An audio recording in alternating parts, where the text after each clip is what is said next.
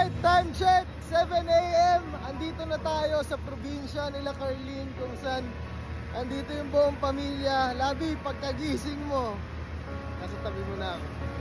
Yan! Ito ko sa'yo, boy. Woohoo! Boy, nakaraan, iniwan ka ngayon, sumunod ka. Yes, sir. Miss na miss.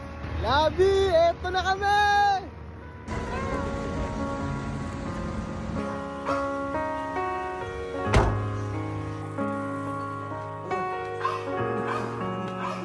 Sinabi ko kay Carlin na matulog siya.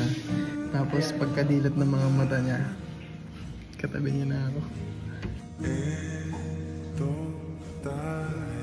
Nandito na ako.